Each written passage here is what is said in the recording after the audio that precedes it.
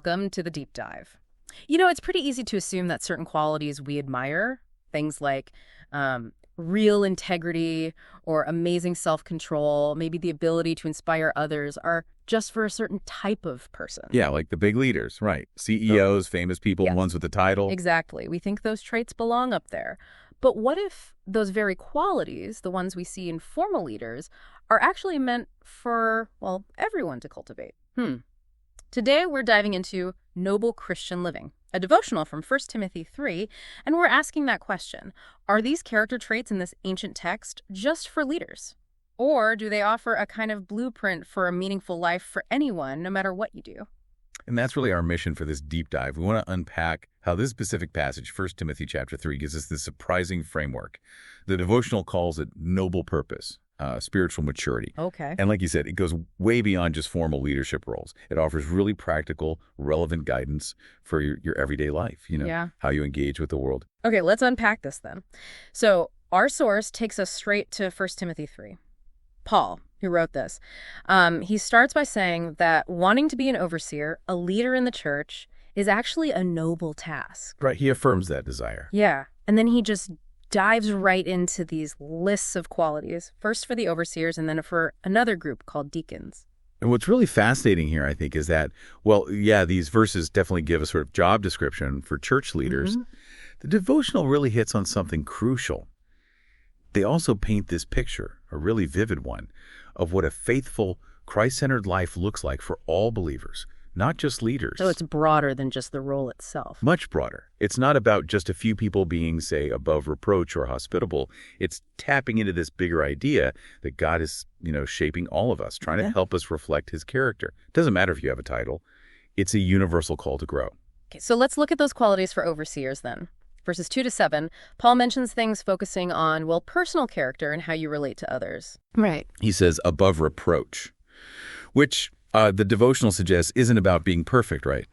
But living so that there's no real legitimate dirt someone can dig up on your character. Yeah, living with integrity. And then sober-minded, self-controlled, respectable, hospitable, able to teach, some positive ones.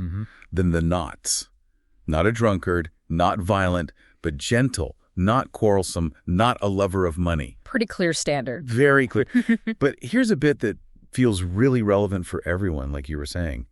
Paul stresses an overseer must manage his own household well. Ah, yes, that part. And he even gives the reason. If someone does not know how to manage his own household, how will he care for God's church?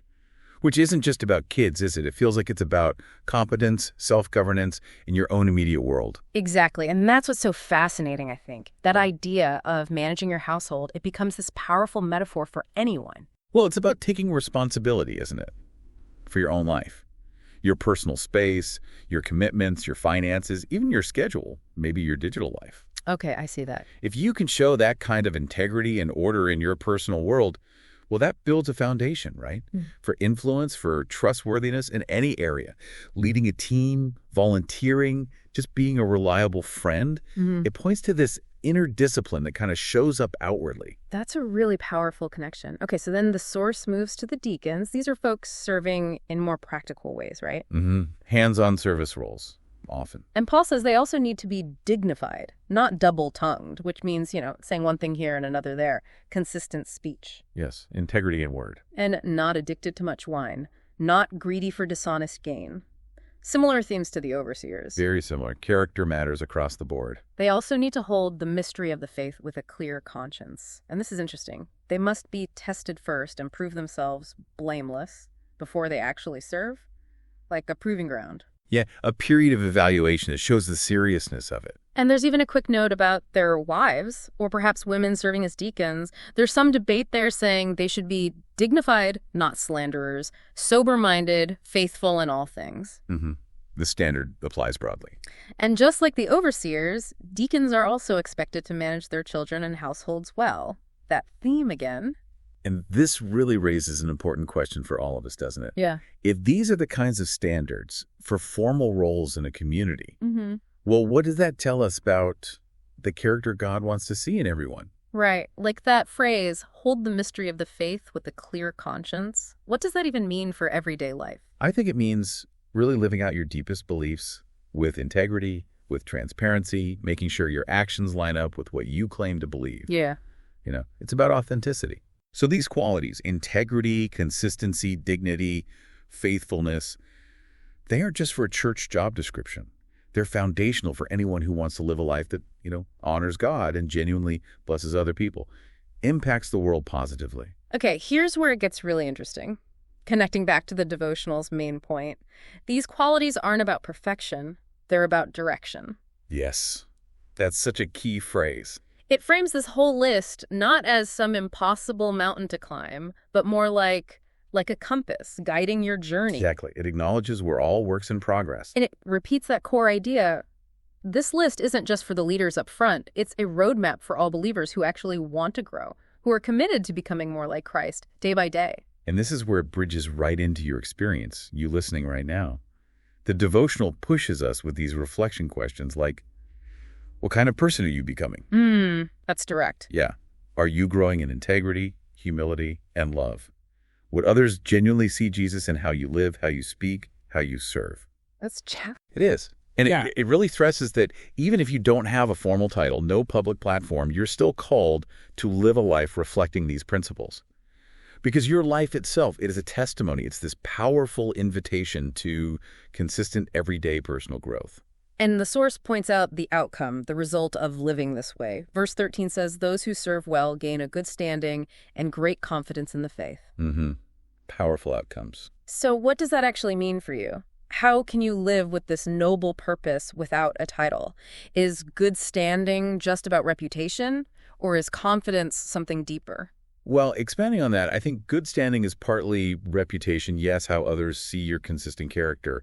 But great confidence in the faith, that feels more internal, doesn't it? Yeah, it sounds like it. It suggests this profound internal conviction and assurance. Maybe it's that deep satisfaction, that peace you get when you know your character is actually starting to align with these timeless godly principles. Okay, an inner alignment. Right. And if you connect that to the bigger picture, it tells us spiritual maturity isn't just some, abstract idea. It's a real lifelong journey. It's about character development. Yeah. That genuinely empowers you with inner strength, with an unwavering sense of purpose. No matter what's going on around you, it's about becoming the person you were truly created to be. So as we wrap up this deep dive, that core insight really lands differently now, doesn't it? These qualities in 1 Timothy 3, they're not just exclusive job specs for a few people. None at all. They're this profound, really practical invitation for all of us to cultivate a noble life, a Christ-centered life. And the result is both that solid standing with others and maybe even more importantly, that deep, unshakable confidence in our own journey of faith. Well said. It's about building character that lasts wherever you find yourself. Character that stands the test of time. Exactly. So maybe a final thought for you to chew on this week. Just reflect on where you are right now in your current season. Which one of these qualities, maybe it's self-control, perhaps with your phone, or your temper, maybe it's gentleness in a tough conversation. Could be hospitality to someone new, or just managing your own responsibilities with more integrity. Which one could you intentionally focus on growing in just this week to reflect that noble purpose in your everyday actions?